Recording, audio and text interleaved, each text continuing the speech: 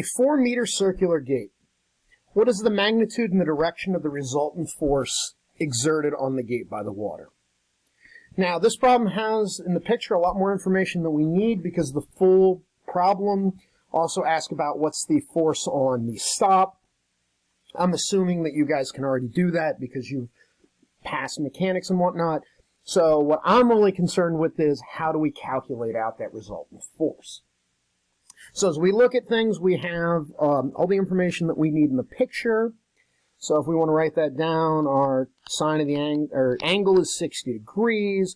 Our depth to our center of gravity, so our HCG, is 10 meters. Our gate diameter itself is 4 meters. So let's go about calculating this out. So the first thing that we need is we need the resultant force. How do we find the resultant force? Well, we integrate the pressure over the area. So one thing to note on this gate is it's completely open on the side to atmosphere. Since it's open to atmosphere, we have the atmospheric pressures will cancel out.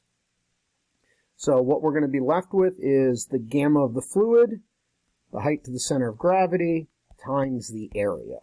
So we calculate that out. We look up, okay, we've got water. We're going to use the gamma of that water is 9790 newtons per cubic meter. Depth to where we're at is 10 meters. And we're going to have the area, it's a circle. So pi over 4 meters squared. So if we multiply that out, we're going to end up getting, we're going to end up getting the slide moving on us. 1.23 times 10 to the 6th newtons.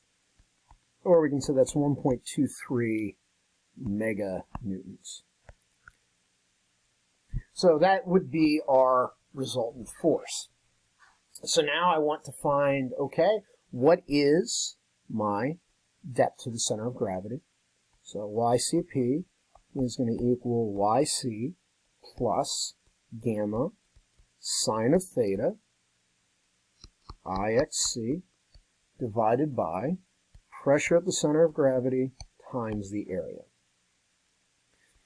So we actually don't have to really do a lot of trigonometry because I've got it done in the problem there for you, but that's going to be 10 meters divided by sine of 60 is going to give you what that length of the triangle is. I'm going to add to that 9790 newtons per cubic meter, sine of 60 degrees. IXC, I looked that up in my manual. So the moment about the center of the centroid is going to be pi over 4 times the radius, 2 meters to the 4th. Going to divide that by the pressure at the center of gravity, which is actually what we have right there, because that is our pressure. So 9790 newtons per cubic meter times 10 meters. And then we need to multiply that by our area, which is going to be pi over 4 meters squared.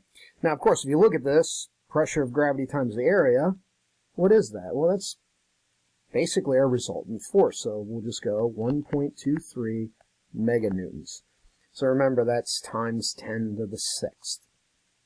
So if I bash those numbers and calculate them out, that's going to tell me that YCP is 11.64 meters.